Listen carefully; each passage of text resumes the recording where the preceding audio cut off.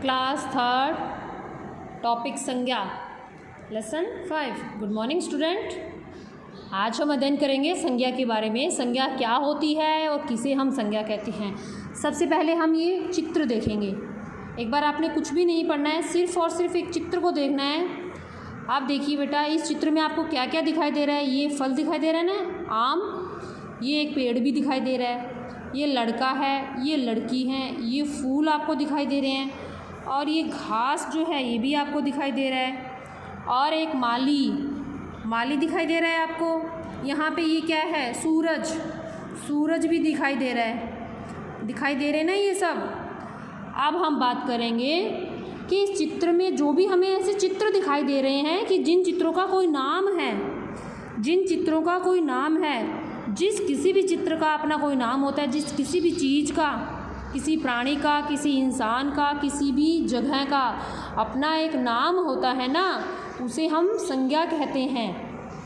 Clear? उसे हम संज्ञा कहते हैं। जैसे पेड़, आम, लड़का, लड़की, फूल, घास, बगीचा, माली, ये सूरज, बादल, आसमान, ये जिन जिन चीज़ों के भी नाम है ना, उनको हम संज्ञा शब्द कहते हैं। संज्ञा शब्द वो होते हैं, किसी चीज़ का भी नाम, आपका नाम, मेरा नाम, मैम का नाम, आपके पापा मम्मी का नाम, आपका कोई भी पेट है, या वो कुत्ता है, वो गाय हैं, वो बैल है, उनका नाम, या कोई भी फल या कोई भी सब्जी, महीनों के नाम, दिनों के नाम, किसी भी चीज़ का कोई नाम होता है। जैसे ये, इसको हम पेंसिल कहते हैं, इसे हम पेन कहते हैं, और इसको हम रबड़ कहते हैं ना हिंदी में। तो ये भी संज्ञा है। जिस किसी भी चीज़ का कोई अपना नाम होता है, उन सबको ही हम संज्ञा कहते हैं। जैसे आपका जो कमरा है, उस कमरे में एक दरवाज़ा है, उसका फिक्स नाम है कि उसी को दरवाज़ा कहते हैं। वो जो दरवाज़ा है वो भी संज्ञा है। आपके कमरे की जो खिड़की है वो भी संज्ञा है। समझ गए? जिस किसी भी चीज़ का अपना कोई नाम होता है, उस हर चीज़ को हम संज्ञा कहते हैं। आगे हम देखेंगे कि संज्ञा के कौन कौन से प्रकार है। सबकी अपनी अपनी कैटेगरी है, अपना अपना एक प्रकार है। सारे टाइप्स को अलग अलग डिवाइड करेंगे हम। पहले हम अध्ययन करेंगे, चित्र को ध्यानपूर्वक देखिए। बगीचे में पेड़ पर आम लगे हैं, हरी भरी घास है, फूल खिले हैं। अमित तथा सुधा, अमित और सुधा नाम है ना इनके। देखिए, इसका नाम तो अमित है, इसका नाम सुधा है। अमित और सुधा क्या कर रहे हैं? फूल तोड़ रहे हैं। माली उन्हें ऐसा करने से मना कर रहा है। उनके न मानने पर माली को क्रोध आ गया।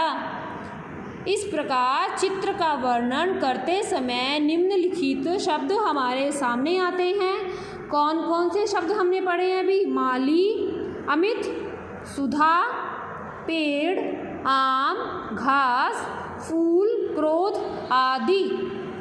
अमित तथा सुधा बच्चों के नाम है। बगीचा स्थान का नाम है। फूल तथा आम वस्तु के नाम है। माली का क्रोध उसके मन के भाव को दर्शाता है।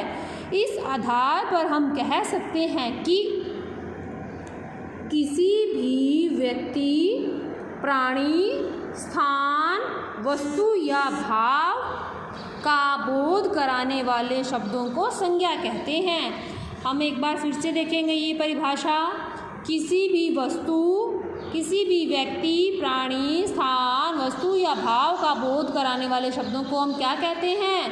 संज्ञा कहते हैं। क्या करेंगे? अन्य उदाहरण के द्वारा संज्ञा शब्दों को जानेंगे। पहला है प्राणियों के नाम। किसी भी प्राणी का नाम देखा था ना हमने, कल्पना चावला, मोर, शेर, ये सब किसमें काउंट होते हैं? प्राणियों में काउंट होते हैं। तो ये भी संज्ञा में ऐड होंगे।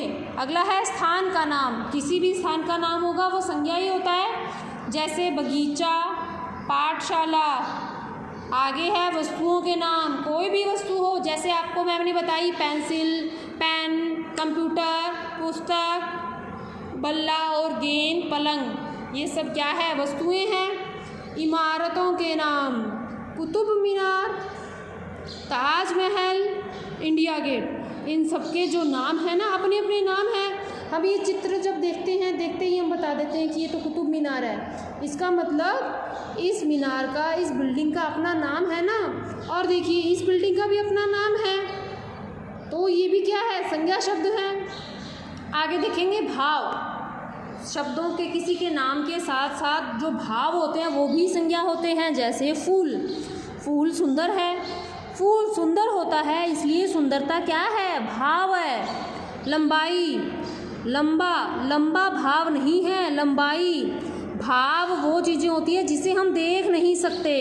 जैसे बुढ़ापा, जैसे बुढ़ापा, एक बार आप सुनेंगे मैम की बात, बुढ़ापा लाइक आपके घर में आपके दादाजी हैं और आपकी दादी माँ है। हम उन्हें कह सकते हैं कि जो हमारी दादी माँ है वो बूढ़ी है, दादी माँ बूढ़ी है। बूढ़ी से क्या होगा, उनकी जो उम्र है उसकी विशेषता दिखाई देगी। लेकिन अगर हम ये कहें कि दादी जी को या दादाजी को बुढ़ापा आ गया है, बुढ़ापा आ गया, ये जो बुढ़ापा शब्द है ना, इसको तो हम देख नहीं पाते। जिसको हम देख नहीं सकते, ये बुढ़ापा जो है ये भाव है। जिसे हम देख नहीं सकते वो भाव होता है। अगर हम ये कहें कि लड़की या फूल सुंदर है, सुंदर को तो हमने देख लिया कि कौन सुंदर है, क्या सुंदर है, फूल सुंदर है। सुंदर होना तो उसकी विशेषता है, लेकिन सुंदरता, इस फूल में कौन सा भाव है, सुंदरता का भाव है। क्लियर? सुंदर और सुंदरता में यही फ़र्क देखना है। अगर सुंदर होगा तो वो विशेषण बन जाएगा, विशेषण बन जाएगा। लेकिन अगर सुंदरता है ना, तभी ये भाववाचक संज्ञा में काउंट होगा। जैसे लंबाई, लंबाई का मतलब कि ये जो पेड़ है ये बहुत लंबा है, इसकी विशेषता क्या है, इसकी लंबाई। इसका लंबा होना इसकी विशेषता ज़रूर है, लेकिन लंबे होने का भाव हमें किससे पता लगा है, लंबाई से।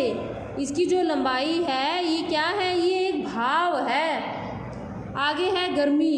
क्या आप गर्मी को देख सकते हैं? आप पसीने को तो देख सकते हैं, सूरज को भी देख सकते हैं, आंसू को भी देख सकते हैं, लेकिन क्या गर्मी को हम देख सकते हैं क्या? नहीं, गर्मी को हम सिर्फ महसूस कर सकते हैं। इसलिए जो गर्मी शब्द है वो क्या है, गर्मी शब्द है वो क्या है, भाव। गर्मी क्या है, भाव। जैसे गर्मी, सर्दी, हमने ईवीएस में देखा था ना कि गर्मी और सर्दी जो हमें फील होता है, किससे महसूस ही तो होता है हमें सर्दी और गर्मी के बारे में। और जो महसूस होता है ना, जिसे हम देख नहीं सकते और जो सिर्फ महसूस होता है, उसी को ही हम भाव कहते हैं। वही भाव होते हैं जिन्हें हम देख नहीं सकते। आगे है हंसी। हंसी को आप देख सकते हो क्या? हंसना को तो आप देख सकते हो, हंसना। लेकिन जो हंसी होती है ना, हंसना को तो आप देख लोगे, लेकिन हंसी को आप नहीं देख पाओगे, क्योंकि जो हंसी है वो भाव है। ओके बेटा, आगे हम देखेंगे संज्ञा के रूप। संज्ञा के रूप, संज्ञा के 3 रूप होते हैं। संज्ञा के 3 रूप कौन कौन से हैं? व्यक्तिवाचक संज्ञा, जातिवाचक संज्ञा और भाववाचक संज्ञा। व्यक्तिवाचक, जिसमें किसी का पर्टिकुलर नाम आ जाना। जैसे अगर आप मेरा नाम लोगे पूजा मैम, तो मैं व्यक्तिवाचक संज्ञा में आऊँगी, पूजा मैम। अगर आपने बोल दिया पूजा, तो मैं व्यक्तिवाचक संज्ञा में आऊँगी। अगर आपने सिर्फ बोला है मैम, या आपने मुझे बोला है अध्यापक, तो मैं जातिवाचक संज्ञा में आऊँगी। जैसे आप हैं, अगर आपको मैं कहूँ छात्र, तब तो आप जातिवाचक संज्ञा में आएंगे। अगर मैं कह दूँ, अगर मैं आपका नाम ले दूँ कि अक्षित, तो मैंने आपका नाम ले लिया, इसका मतलब आप क्या हैं, व्यक्तिवाचक संज्ञा में आ गए। समझ रही हैं मेरा बात आप? अगर आप डायरेक्ट नेम ले दोगे किसी का पर्टिकुलर की अक्षित, मैं अक्षित के लिए ही कह रही हूँ, अक्षित नाम का जो बच्चा है मैं उसके लिए कह रही हूँ, इसका मतलब वो कौन सी संज्ञा है, वो व्यक्तिवाचक संज्ञा है। और अगर मैं कहूँ छात्र, छात्र तो बहुत होते हैं, आपकी क्लास में कितने स्टूडेंट हैं, मैं किसी की भी बात कर सकती हूँ। अगर आप कहें अध्यापक, तो हो सकता है आप किसी और अध्यापक के बारे में बात कर रहे हैं, अध्यापक तो बहुत होते हैं। अगर आप कहें पूजा मैडम या पूजा मैम, या जो हमारे मैथ्स के टीचर हैं उनका अगर आप नाम लेते हैं, किसी भी टीचर्स का अगर आप नाम लेते हैं, तो वो व्यक्तिवाचक में आएगा, या आप सीधा टीचर्स कहेंगे या सीधा आप अध्यापक कहेंगे तो वो जातिवाचक में आएगा। एक जाति का बोध कराएंगे हमें। व्यक्तिवाचक संज्ञा में अब देखेंगे मनीष, आगरा, ताजमहल। आगे हम देखेंगे जातिवाचक संज्ञा में कौन कौन आता है? पुरुष, महिला, पशु, पक्षी, बच्चा। समझ गए? जाति में कौन आए हैं? जाति में किसी का नाम नहीं आता। जैसे छात्र है, छात्र तो बहुत सारे हो सकते हैं। पुरुष, किसी को भी हम पुरुष बोल सकते हैं। अगर हम किसी का नाम ले लेते हैं तो वो क्या बन जाएगा? व्यक्तिवाचक संज्ञा बन जाएगा। महिला, महिलाएं तो बहुत होती है अलग, पशु भी बहुत होते हैं, पक्षी भी बहुत होते हैं। बच्चा, बच्चा अगर कहें तो बच्चा कोई एक थोड़ी ना होता है, सबके अपने अपने घर में अपने अपने बच्चे हैं। अध्यापक, हर सब विषय का एक अध्यापक होता है, हर क्लास का अलग अध्यापक होता है, इसलिए ये सब क्या है? एक जाति का बोध करा रहे हैं हमें। अगला जो है हमारा भाववाचक संज्ञा, जो भाव होते हैं जो हमें दिखाई नहीं देते, हम सिर्फ जिन्हें महसूस करते हैं, जैसे यौवन, बुढ़ापा, सुंदरता, मिठास। मिठास, जब आप चीनी खाते हैं या जब आप कोई भी मिठाई खाते हैं तो आपको कैसा महसूस होता है? मिठास, अपने मुंह के अंदर मिठास महसूस होती है ना, वो जो मिठास जिसको आप फील करते हैं वही भाववाचक संज्ञा है। आगे देखिए, रचनात्मक अभ्यास है। ऊपर दिखाई गई टोकरी में से पहचान कर फलों के नाम लिखिए। ये बहुत ही आसान फलों के नाम है, ये आप अपने आप लिखेंगे। नीचे दिए गए प्रत्येक घड़ों में उनके वर्गानुसार सही शब्द भरिए। ये भी आपका होमवर्क है बेटा। देखिए, सबसे इजी वर्क मैम आपको देते हैं और ये वर्क आपको देने बहुत ज़रूरी है। अगर मैम आपको ये वर्क नहीं देंगे तो आप बिल्कुल प्रैक्टिस नहीं करते हैं। यहाँ पर आपको लिखना है प्राणियों के नाम। बुक से कॉपी नहीं करने प्राणियों के नाम, वस्तुओं के नाम, भावों के नाम और स्थानों के नाम। ये जितने भी आप नाम लिखोगे सबके जो नाम है बुक से अलग होने चाहिए। आपकी पाठ्य पुस्तक में जो नाम आए हैं ना वो नहीं लिखोगे। आपकी बुक्स अगर स्कूल में चेक करने आएंगी तो मैं उन पर क्रॉस लगाऊंगी, आप ये सारे नाम अपने आप से लिखेंगे। आगे हम देखेंगे, नीचे लिखे वाक्यों में से संज्ञा शब्द छांटकर उसके सही संज्ञा भेद के नीचे लिखिए। पहला जो शब्द है वो राधा खिलौने से खेल रही है। राधा किसी का नाम है तो राधा क्या है? व्यक्तिवाचक है। और उसके बाद खिलौना, खिलौना क्या है? जातिवाचक है, क्योंकि खिलौने तो बहुत सारे होते हैं। खिलौने में गुड़िया आती है, खिलौने में ट्रैक्टर भी आता है, जीप भी आती है, कार भी आती है, बहुत सारे खिलौने होते हैं। इसलिए जो खिलौना शब्द है ये जाति का बोध करा रहा है। आम बहुत मीठा है। जो आम होता है ना, वैसे तो उसकी बहुत सारी वैरायटी होती है ना आम की तो बहुत वैरायटी होती है। अगर यहाँ पे लिखा होता दशहरी आम मीठा होता है, चौसा आम बहुत ही मीठा होता है, तब तो हम ये कहते हैं कि ये जो आम है ये व्यक्तिवाचक है। अब क्या हुआ है, सिंपल आम के ही तो बारे में लिखा है, इस आम को हम जाति में ऐड करेंगे, क्योंकि आम कोई एक थोड़ी होता है, आम की तो बहुत सारी वैरायटीज़ होती है। जैसे आपके नाम है ना, वैसे आम के भी नेम होते हैं। आप जब सब्जी मंडी में या मार्केट में जाओगे तब आप देखोगे कि आम की बहुत सारी वैरायटीज़ होती है। हर आम का अपना नाम होता है, दशहरी, चौसा, लंगड़ा, सुने आपने, ये सब आम के नेम हैं। इसलिए ये खाली अगर आम आएगा तो जातिवाचक संज्ञा है, और आम के साथ अगर उसका नाम आता है तब आम व्यक्तिवाचक संज्ञा में आएगा। पिताजी और आगरा, पिताजी और आगरा ये दोनों ही क्या है? व्यक्तिवाचक है।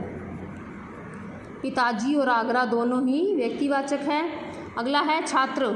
छात्र क्या है? जाति का बोध करवा रहे हैं। मैम ने अभी आपको बताया कि छात्र जो शब्द है वो जाति का बोध करवाते हैं। छात्र तो बहुत सारे होते हैं, स्टूडेंट्स। आज पाठशाला, स्कूल, हर स्कूल का अपना अपना नाम होता है ना, पाठशाला स्कूल को ही कहते हैं। इसलिए ये जो पाठशाला शब्द है ये क्या है? जातिवाचक है, किसी एक जाति विशेष का बोध करवा रही है। आगे हम देखेंगे, यस बेटा, आगे हम देखेंगे प्रश्न नंबर 4 है हमारा, शब्द के अंतिम अक्षर से 5 संज्ञा शब्द बनाइए। जैसे पहला है राम, महल, ल से लड़का, क से कमरा, कमरा, र से है राम, म से है मकान।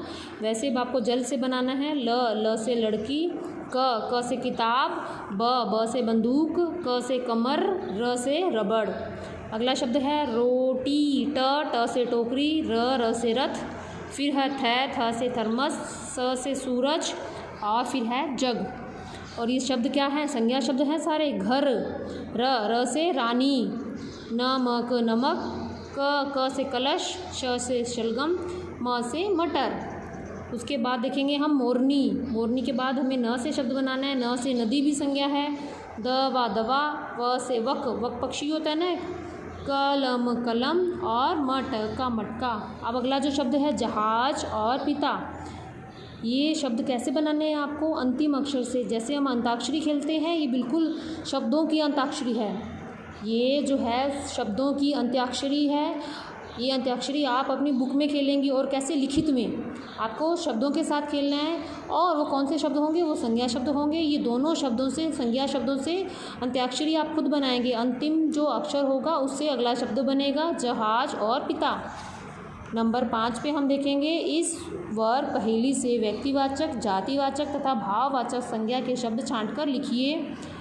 अब हम पहले देखेंगे व्यक्तिवाचक संज्ञा शब्द मैंने छांट लिए हैं। पहला है मनोज, रीना, मसूरी और नाव। आगे हम देखेंगे जातिवाचक, जिससे हमें किसी जाति का बोध हो, जैसे सेना, पशु, फूल और गमला। ये सब कौन से शब्द है? जातिवाचक संज्ञा है। अगला है भाववाचक संज्ञा। भाववाचक संज्ञा में हम देखेंगे बचपन, पशुता और ममता। पशुता हम ये कहते हैं ना, ये पशुता की निशानी है। पशुत्व होता है, जो पशु की तरह जो आचरण करता है उसे हम कैसे कहते हैं? पशु की तरह कई बार कोई आचरण करता है, हम कहते हैं ना ये बिल्कुल पशुत्व के आचरण कर रहा है। वो पशु के जैसे आचरण करने वाला जो होता है उसको पशुता कहते हैं हम। पशुता के जिसमें आचरण होते हैं। और अगला है ममता। माँ की जो ममता होती है वही ममता। वो ममता हम कभी नहीं देख पाते हैं ना। ममता हम कभी देखते हैं क्या? ममता किसी का नाम होता है, बिल्कुल सही है, लेकिन ममता जो है भाव भी होता है, जो भाव हमें दिखाई नहीं देता है। क्लियर बेटा? यस। आज आपका ये वर्क आपका कंप्लीट हो चुका है। अब आप क्या करेंगे? इस वर्क को अपनी बुक में कंप्लीट करेंगे। Thank you student.